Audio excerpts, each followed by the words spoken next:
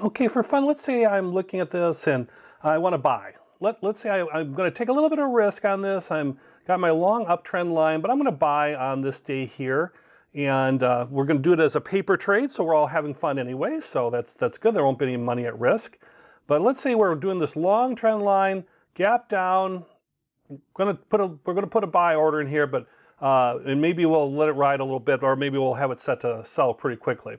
So if we wanted to, let's say, buy this in a paper trading thing, you well, first off, on the bottom here where it says like paper trading in TradingView, you could set that up and you can set up paper trading. We've got that already set up. But let's say I want to buy, right? So the red here would be sell, and I don't want to sell. I want to buy. So I'm going to click on buy. And then I got my different types of ways I can buy, like a market order, limit order, and let's do a market order. We'll just take whatever the market gives us here, right? And let's say, because this is all fun, this is all mythical.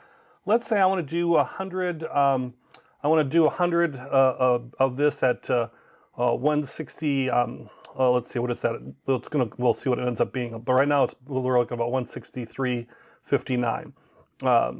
Now what I could do is, instead of, let's say 100, let's say I'm really not sure of it, I could do 50, and then if I could then buy back in. If it goes down, I might have another spot where I buy in, or if my things are looking good, I might buy in with the other 50 and keep running up an uptrend. In fact, let's do that. Let's just do 50. So let's just do 50 and see what that is.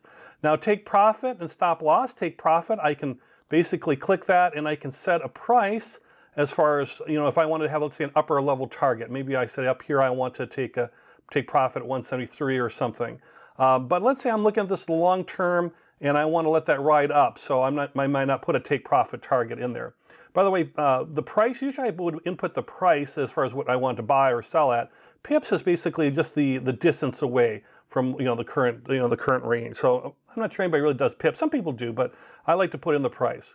But one thing we definitely want to do is we want to put in a stop loss. We're going to take profit off, but we're going to put a stop loss at the same time.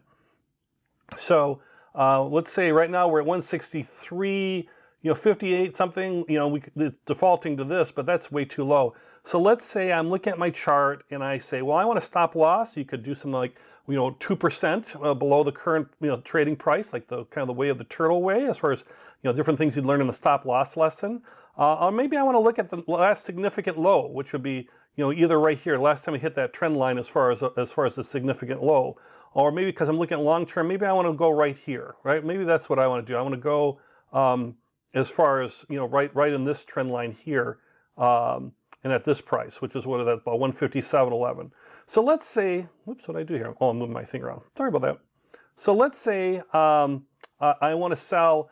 If it breaks through this line. Then I want to sell at that point. That's a pretty significant, 163 to 157, about $6. So it's about a little less than 5%. So let's do that. Let's do that. Let's say we're going to put it at 157. In fact, let's go a little bit lower than that as our last significant low. Let's go to 155, because this might be more of a support line. We don't really know that yet at this point. We're just having some fun here. But let's say we're going to put it at 155. So that's my stop loss to make sure I'm not having some big disaster. So I'm just going to put it at 155. 00 is what I'm going to do. So right now I'm putting a quantity buy order of 50 in there, and it shows the percent of the total you might have in your whole equity thing. This is paper trading, so you can see it's a very small amount. They give you like 100,000 or something like that for paper trade for fun. But right now I'm going to buy a quantity of 50 in there is what I'm looking to do. 50 units or 50 shares. Look like we're right around this 163.58 in that range, and we're going to put on our stop loss at 151. So we're just going to, for fun here, click this. Oh, you can see my trade value here. So this trade's going to be about around $8,176, depending on when I click the button, because these things are always changing. And I'm going to click and I'm going to buy it, and then we'll see what ends up happening. You can see on the side here, you can see that the orders are placed. And you can see it was bought, sell, that there's, all these different types of orders are executed and modified. See, there's a stop there and a market order, and so that would be executed. In the real world, this is all executed very quickly because it's paper trading. It's no real money at risk. Something like a Johnson & Johnson would trade probably that quickly because it's a heavily traded security.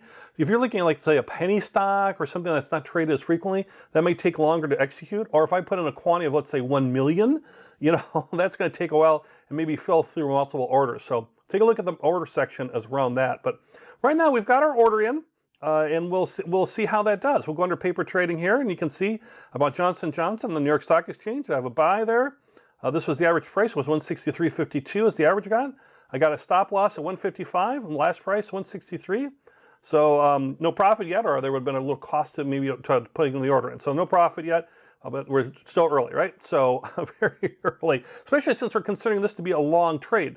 So we might not look at this for a while, but we'll take a look and see how it does maybe over the next couple days. So either way, that's how you do it pretty simply, and you can see it shows on the screen. You can either have that on or off too, and we could buy or sell some more or go on to the next security, and we'll see how we do. Oh, by the way, I hope you really caught the whole thinking part through this. So if it doesn't work out the way I want and it goes down and goes below this, I can be okay with it because I thought this through and I have my stop loss in there, so I don't have to beat myself up. It just didn't work out as a trade, but I had thought it through. And I knew this was a little risky because it wasn't as firm as far as a long-term trend line is good, but the short-term trend hasn't developed yet, and we have a gap down. So I'm trading on the long term, but you can see how I'm thinking through this. And if it goes up from here, I'm going to feel real good. I'm going to think I'm real smart with my logic. But if it doesn't, that's okay too. I'll lose some money. I'll make money on the next trade. And just to have that positive attitude of like, yes, but I'm thinking through this. I'm not just trading to trade. I'm trading with a plan around that. And that's where the stop loss is one part of the plan.